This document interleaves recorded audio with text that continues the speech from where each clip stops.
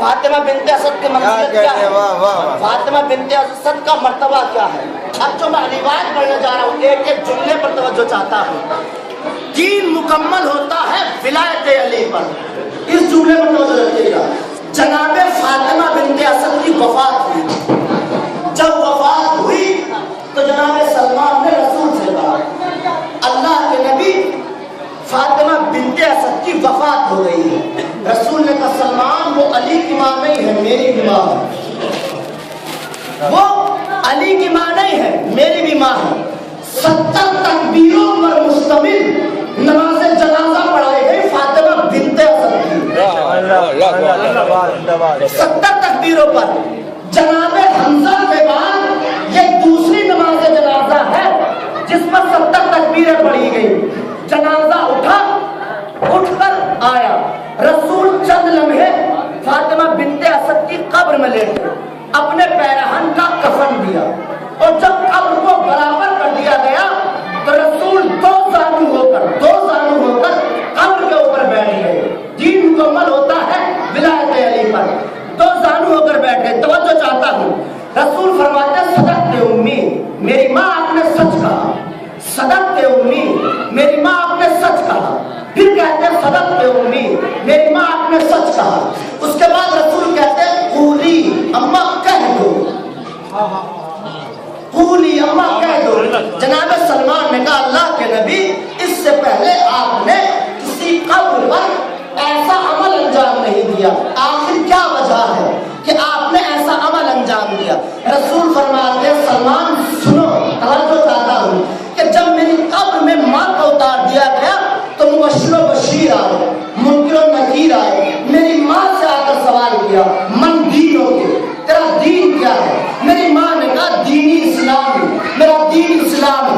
پھر میری ماں سے سوال کیا گیا من کتابوں کے، تیری کتاب کون سی ہے؟ میری ماں نے کہا کتاب قرآن ہے، میری کتاب قرآن ہے۔ میں نے کہا صدقت ہوگی، میری ماں آپ نے سچ کہا۔ پھر میری ماں سے سوال کیا گیا من نبی ہو کے، تیرا نبی کون ہے؟ میری ماں نے کہا نبی محمدی، میرا نبی محمد ہے۔ میں نے کہا صدقت ہوگی، میری ماں آپ نے سچ کہا۔ آخر میں میری ماں سے سوال کیا گیا من اماموں کے، من اماموں کے، تیرا امام کون ہے؟ میری ماں خاموش ہو گئی، ہے تو میرا بیٹا، ہے تو میرا بیٹا۔ اب میں یہ کہوں کہ میرا بیٹا ہے یا یہ کہوں علی ابن ابی طالب ہے، توجہ چاہتا ہوں، تو میں اپنی ماں سے کہہ رہا تھا قولی اماں کہتے تیری مرضی ہے، چاہے تو یہ کہہ کہ میرا بیٹا ہے، چاہے یہ کہ علی ابن ابی طالب ہے، چاہے علی ابن ابی طالب ہے۔ عزیزان محترم، جب علی کی ماں فاطمہ بنت اسد کا قبر میں گزارا بنا علی کے نہیں ہو سکتا، تو کسی مسلمان کا قبر میں گزارا بنا علی کے نہیں ہو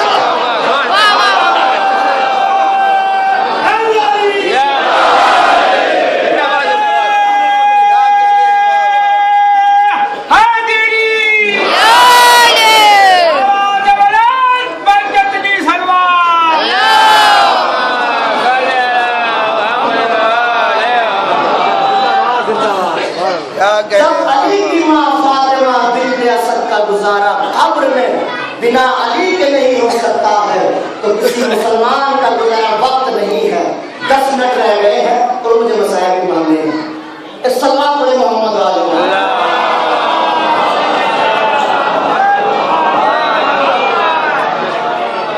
جو اللہ کا نبی سراپا ہدایت ہے، وقت ہوتا تو بیان کرتا۔ پچھلے سال بھی میرے ساتھ ایسا ہی ہوا تھا کہ تقریباً مجھے آدھا گھنٹہ ملا پڑھنے کے لیے، سال بھی آدھا گھنٹے کے لیے۔ مجلس 2 بجے کا ٹائم رکھا تھا، 4 بجے مجھے اٹھایا تھا ایک سوال کیا۔